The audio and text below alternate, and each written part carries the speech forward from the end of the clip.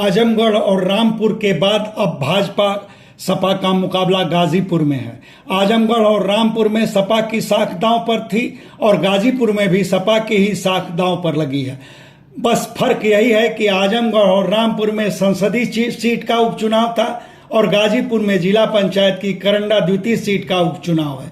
आजमगढ़ और रामपुर संसदीय सीट से सपा को बेदखल करने में भाजपा सफल रही और गाजीपुर जिला पंचायत की करंडा द्वितीय सीट पर भी सपा को बेदखल करने के लिए भाजपा अपनी पूरी ताकत झोंक दी है। भाजपा की ओर से अपने गाजीपुर के सारे दिग्गज प्रचार अभियान में लगा दिए गए हैं। यहां तक कि जिला संगठन के मौजूदा से लगायत पूर्व पदाधिकारियों और विधानसभा चुनाव लड़ चुके नेताओं को निर्वाचन क्षेत्र की 2-2 ग्राम पंचायतें सौंपी गई हैं। फिर जिला पंचायत चेयरमैन प्रतिनिधि पंकज सिंह चंचल सहित पार्टी से जुड़े ब्लॉक प्रमुखों को भी लगाया गया है। और तो और भाजपा के लिए पूर्व एमएलसी केदार सिंह, पूर्व मंत्री द्वय डॉक्टर संगीता बलवंत तथा विजय मिश्र भी क्षेत्र में पहुंचकर अपना पसीना बहा रहे हैं। उधर सपा भी प्रचार अभियान में खुद को कमतर नहीं मान रही है। सपा के जिला संगठन से जुड़े नेताओं के अलावा सैदपुर विधायक अंकित भारती तथा सदर विधायक जय किशन साहू भी प्रचार अभियान में वक्त दे रहे हैं। दरअसल यह उपचुनाव सपा के लिए प्रतिष्ठा का सवाल बन गया है। पार्टी के अंकित भारती के सैदपुर विधायक चुने जाने के बाद ही यह सीट रिक्त हुई है। यह सीट अनुसूचित जाति के लिए सुरक्षित है। उपचुनाव में कुल 4 उम्मीदवार अपनी किस्मत आजमा रहे हैं। इनमें सपा अरुण कुमार को टिकट दी है तो भाजपा अपने वरिष्ठ नेता शैलेश कुमार पर दांव लगाई है, जबकि बसपा खुद को इस उपचुनाव से दूर रखी है। मगर बसपा के इलाकाई कार्यकर्ताओं का एक बड़ा गुट तीसरे उम्मीदवार रवि पासवान के साथ खड़ा दिख रहा है।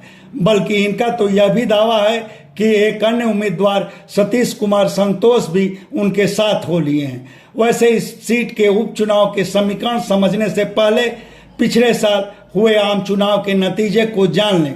आम चुनाव में इस सीट पर कुल 48,520 में 59.59% वोट पड़े थे।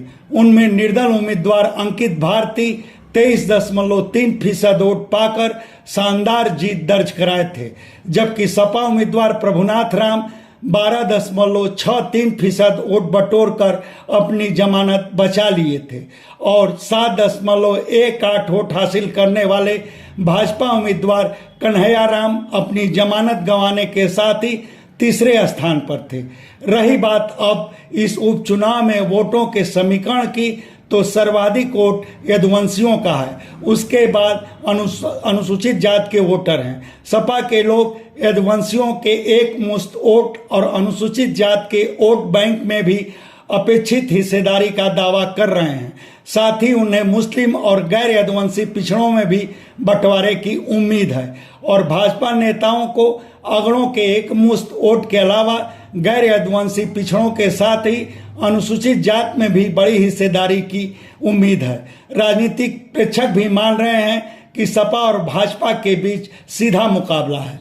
निर्वाचन क्षेत्र में कुल 20 ग्राम पंचायतें हैं। इनमें सबसे बड़ी नारी पसदेवरा और मैनपुर ग्राम पंचायत है। सपा उम्मीदवार अरुण कुमार नारी पसदेवरा के रहने वाले हैं, लिहाजा सपा के लोग इसका भी लाभ मिलने का दावा कर रहे हैं, जबकि भाजपा उम्मीदवार सुदूर मर्दा ब्लॉक के रहने वाले हैं। सपा के लोग अपने प्रचार अभियान में इसे भी मुद्दा बना रहे हैं।